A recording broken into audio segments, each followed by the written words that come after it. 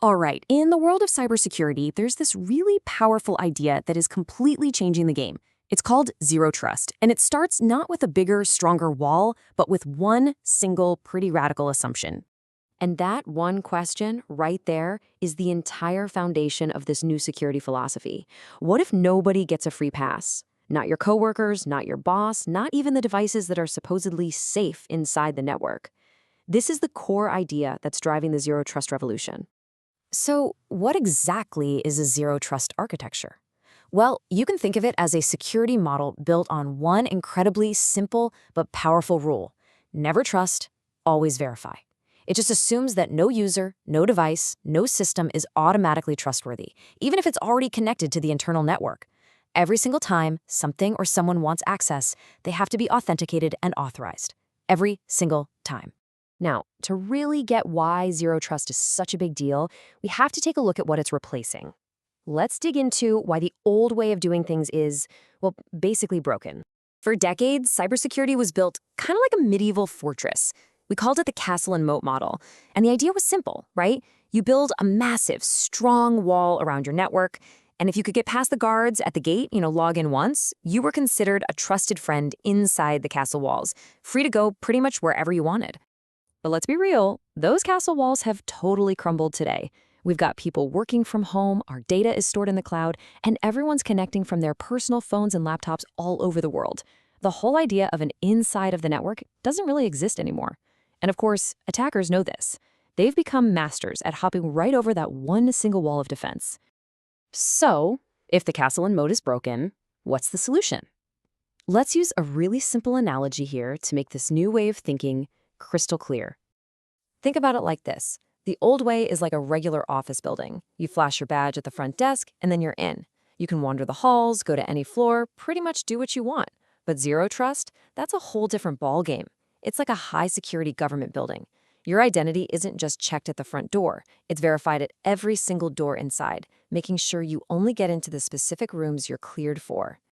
Okay, so the concept makes sense, but how does it actually work in practice? Let's break down the core principles that make zero trust, well, work. The absolute foundation, the number one rule of zero trust, is to verify everything. I don't care if it's a user, a device, or an app, every single request for access has to be authenticated and authorized. What you did 5 minutes ago doesn't matter. Trust is never just assumed, it's earned, right now, in real time, usually with things like multi-factor authentication to prove you are who you say you are. But once you've proven who you are, the next big question is, what should you actually be allowed to do?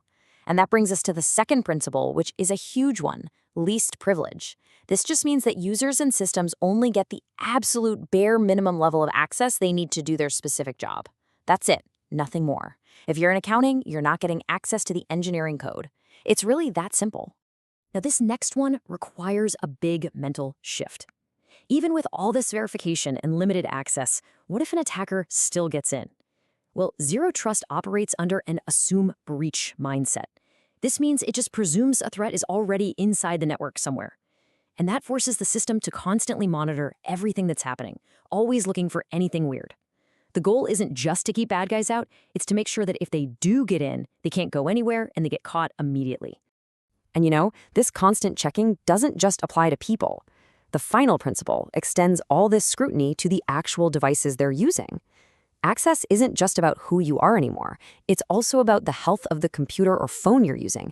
Is its software up to date? Is the antivirus running? A zero trust system checks the security of every device before it even thinks about letting it connect. So let's walk through a quick example. You go to open an app on your laptop. The system instantly checks: who are you? What are you allowed to do? And is your laptop secure? Only if all of those checks pass do you get access. And even then, it's temporary and it's being watched. If anything changes, say your device gets a virus, that access can be cut off in a heartbeat. So we've covered the what and the how, but now let's get to the most important question of all. Why does this matter so much? Right here, right now. The benefits are huge, and they directly solve the biggest security headaches we have today. It's built from the ground up to secure a remote workforce, because the security follows the user, not the building. And this is crucial. By limiting access at every step, it dramatically contains the damage if a breach does happen. So if someone steals a password, they can't just run wild through the whole network. And look, this isn't just some abstract theory. The biggest players are already all in. Google was way ahead of the curve with its Beyond Corp model, and now governments and huge companies all over the world are making the switch to zero trust as their main security strategy. Let's just zoom out for a minute and get the big picture, because it's so important to understand that zero trust is way more than just a piece of software. Just look at the difference side by side. It's night and day. Traditional security trusted you once you were inside. It focused on the perimeter, and it gave you broad access. Zero Trust completely flips that on its head. It trusts no one by default. It focuses on your identity. It constantly re-verifies you, and it only gives you the minimum access you need. This isn't just a new tool. It's a totally different philosophy for how to think about security. Of course, with any massive shift like this, you have to ask, is it a silver bullet?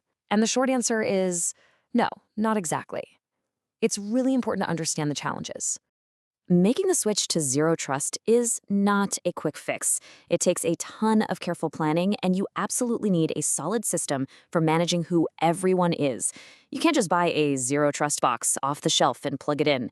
It's a long-term, strategic journey that really changes how a company operates.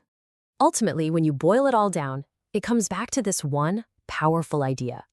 Zero trust is a mindset. It's the discipline of assuming that every single request could be a threat, and then building a system that verifies it every single time without fail. And not really leaves us with one final thought. Our offices, our data, our apps, they're not just inside one building anymore. Our network is literally the entire internet. And in a world like that, is trusting anyone by default a risk we can really afford to take anymore?